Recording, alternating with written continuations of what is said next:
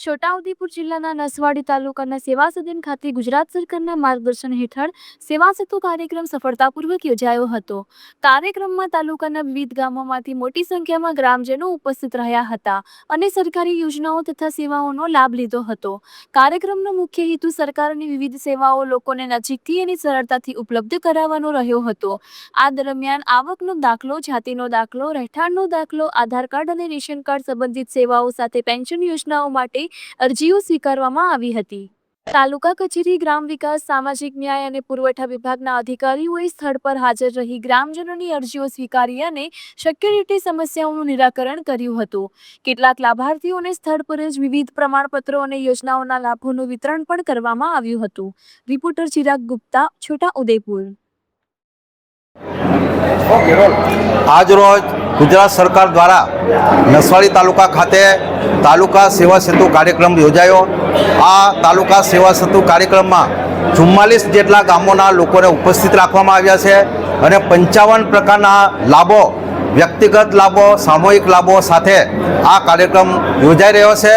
આ કાર્યક્રમમાં 44 ગામના આગેવાનો, સરપંચો પધારી અને આ કાર્યક્રમનો લાભ લીધો છે।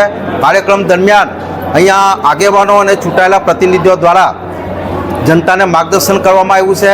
આ પ્રકારે આ સેવા સેતુ કાર્યક્રમમાં મોટી સંખ્યામાં જનતા ઉપસ્થિત રહીને તાલુકાના મામલતદાર અને ટીડીઓ સાહેબ અને તમામ વિભાગના અધિકારી અને કર્મચારી મિત્રોએ અહીંયા ટેબલો ગોઠવી અને ટેકનોલોજી સાથે શુદ્ધ રીતે સાંજ સુધીમાં પ્રશ્નો નિકાલ થાય એ પ્રકારનું આયોજન સાથે આ સેવા સેતુ કાર્યક્રમ સંપન્ન થયો છે।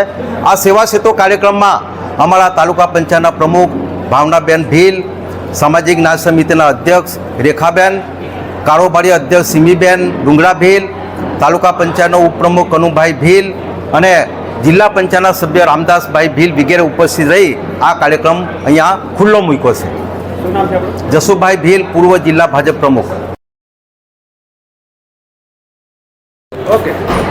આજરોજ તારીખ 13 માર્ચ 2026ના રોજ તાલુકા સેવા સદન નસવાડી ખાતે 43 ગામોનો સેવા સેતુ કાર્યક્રમ બીજા તબક્કાનો રાખવામાં આવેલ છે।